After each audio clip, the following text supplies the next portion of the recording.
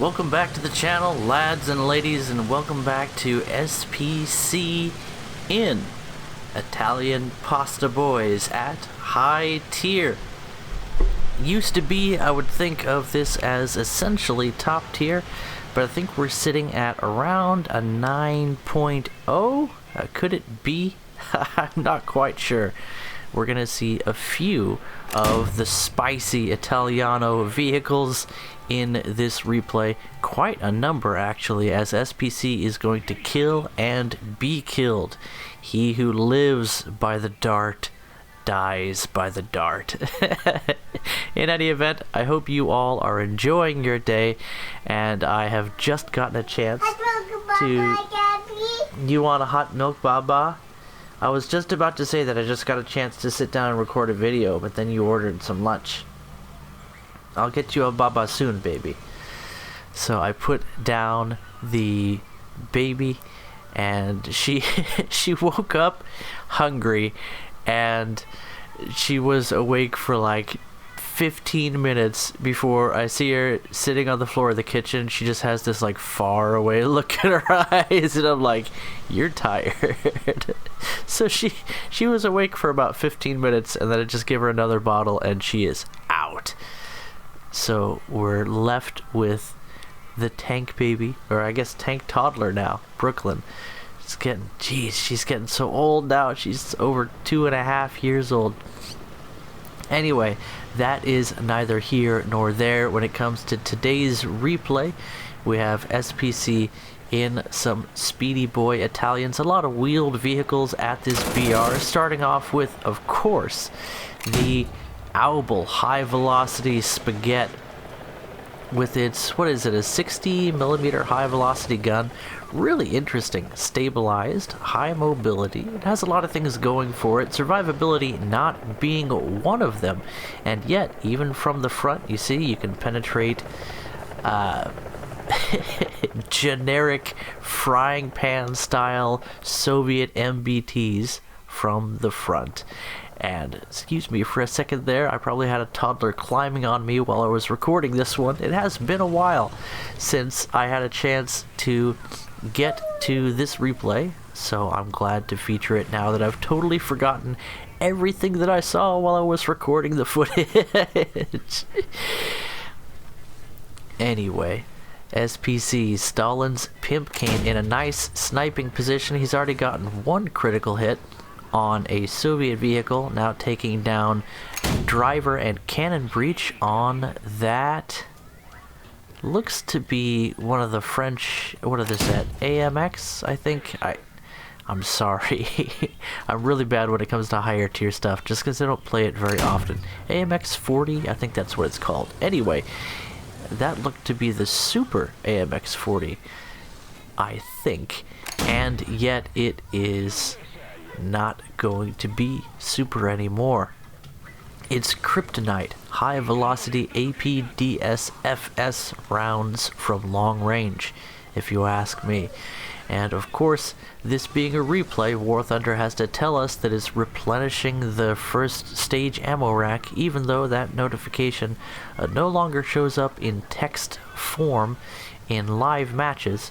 The replay is a little bit different of an animal, and Gaijin is not quite so concerned with the UI in replays as it is in live matches. They do get quite a bit less traffic, which is another reason that I enjoy showing replays. I'm sort of one of those guys that that likes to show the less popular things in War Thunder if I can, and some of these replays quite entertaining.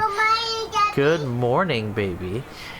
So that sharply angled Soviet front plate was too much for our long rod thin boy APFS DS to pen.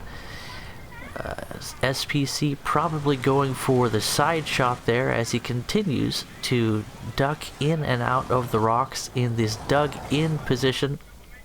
There are essentially two ways to play War Thunder Ground Forces, and that is to find the enemy's flank and move in and take them down from unexpected angles, or to find a good sniping position and wait for close air support to dig you out, and that is exactly what that AD4 was doing with that well-placed bomb. And that is sort of... there's sort of two things that people tend to complain the most about when it comes to ground forces in general. And I'm talking about the meta, not individual vehicles. But yeah, take down that helicopter. Not quite. And the G91, such a gorgeous aircraft. I might have to pick one of those up one of these days, but I gotta hold off on the purchases for a while. So there's basically, as SPC comes in for the helicopter and gets taken down. Nicely done, Hind. Nicely done. Defending itself admirably. That's one of the reasons you want to come from directly vertical down on a helicopter. It's one of the few angles they have a difficult time getting an angle of attack on you. SPC coming back in the SPAA to finally take down that enemy Heine. Target destroyed as he spirals down out of the sky. And maybe I'll actually find my train of thought as we watch him shoot down some more aircraft, getting a huge spawn points advantage over the enemy team. Bringing in SPAA in your lineup is such a good idea. And that comes down to the basically rock, paper, scissors style gameplay you see in War Thunder, even in high tier. And that brings me back to the two things people complain about. Number one, people complain about campers, and number two, people complain about close air support. And you know what's funny? The counter to campers is close air support. The counter to close air support is to push up to wherever the CAS is doing their runs with a good SPAA. If you learn the ropes on SPAA in War Thunder, it's not something that always pays off, because you really do need aircraft to shoot down, unless you're running something like an ADATS or some of the lower tier German SPAA like the Wirbelwind, where you can just kill tanks from the front. But it really pays off to learn how to be effective in SPAA. If you hate close air support coming in and blowing up your tank and ending your kill streak, or digging you out of your perfect position that you worked so hard to drive to at the beginning of the match, then you really don't have an excuse unless you spent some time learning SPAA. At risk of sounding like an ego boy, from my experience, every time I bring out SPAA and use it appropriately, and I've talked about that in other videos, as we watch SPC doing just that, pushing forward to near his allied tanks where he will be the most effective.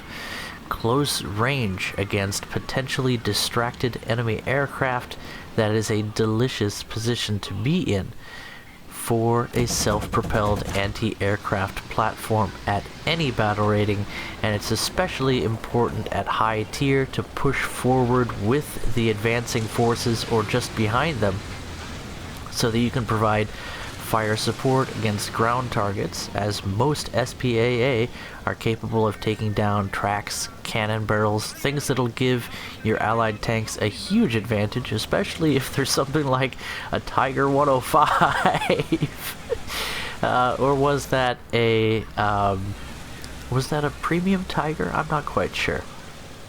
Anyway, Tiger 2 with the H-style turret.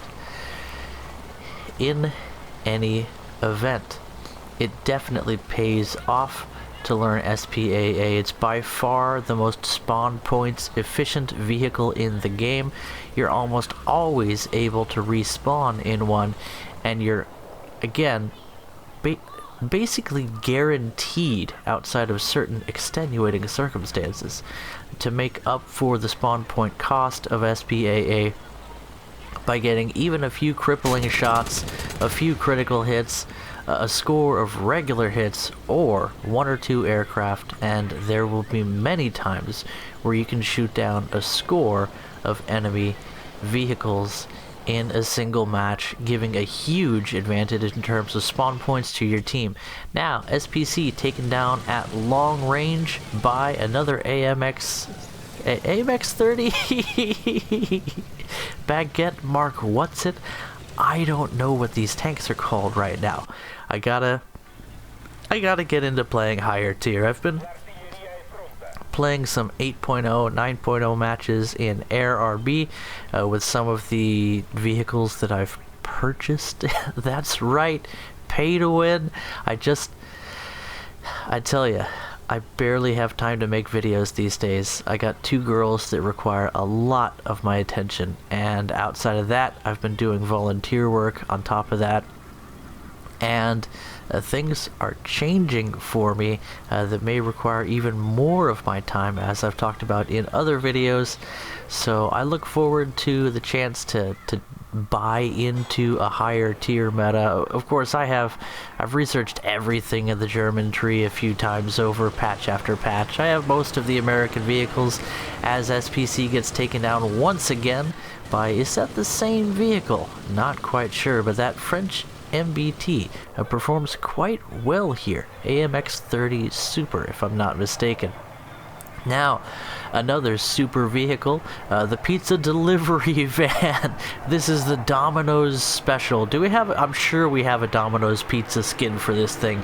It is pizza time as SPC comes out in his vehicle. So, to finish what I was saying before, I used to spend a ton of time researching and playing War Thunder, and my knowledge is sort of slipping away a little bit as I count more on your own high tier gameplay to see what's going on at high tier. And then whenever I get the chance, I still love to launch the game and play a few rounds, but I'm definitely not able to put in as many hours because of how busy I am taking care of the needs of these 2 young human beings that call me daddy. And you know what? I kind of like the situation I'm in. In any event, SPC in a nice position here, well covered by soft and hard cover. He does have an escape route that he's lining himself up for. You see that he's lining up his vehicle to where he'll be able to pop behind that rock for hard cover when he needs to. A wise decision. Whenever you're setting up in a camping position, I highly recommend, first off, that you choose a position where you will be able to target people as they advance on the objectives. There's no point in setting up somewhere you're not going to see anyone. Secondly, and this is just as important, you need to choose a location and set up your vehicle to where you can take cover or break line of sight from the enemy as quickly as possible. And in lower tiers, I would say 2 to 3 seconds, or anything that is at least a shorter amount of time than the reload of enemy vehicles you'll be facing. 4 or 5 seconds at the max, otherwise you really don't have a very secure position. But in top tier, there's no escape route too quick. You really want to be able to duck into cover as rapidly as possible. SPC scouting multiple vehicles here, taking advantage of the mechanic, although it's not viewed or it's not rendered in the replay. He's clearly performing some scouting maneuvers there. And a nice shot into the AMX, taking down the ready rack in the back and exploderizing everything inside. And another quick reload, another quick shot into a Soviet vehicle, another ammo rack, another explosion, a third into Sergeant York, and making it into and let's call that America's next unmanned space probe, shall we? It's a reinvestment of the futuristic turret of that fairly crazy dual Bofors wielding top or high tier SPAA. In a world where the ADATs exist, there is a new top tier for sure. SPC finally getting the most out of his dug-in position after getting taken down 4 times already, and with certainly more death coming. Being opened up on by a French 40mm mount at somewhat long range, he ends up getting taken down by the aforementioned anti-aircraft vehicle. What did I tell you?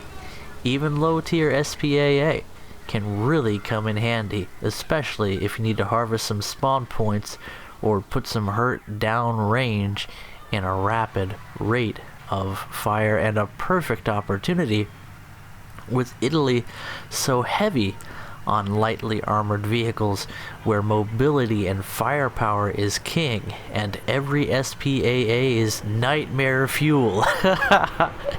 So interesting, the multi-layered meta of War Thunder. It's certainly not a game that is perfectly balanced, and yet there always seems to be a counter for whatever vehicle the enemy chooses to use, unless that vehicle is the Bradley ADATs. But that's a conversation for another time, I'm sure. In any event, I've said that quite a bit today. Segues for days as that enemy crew gets taken down out of the very open, exposed fighting area on that French SPAA.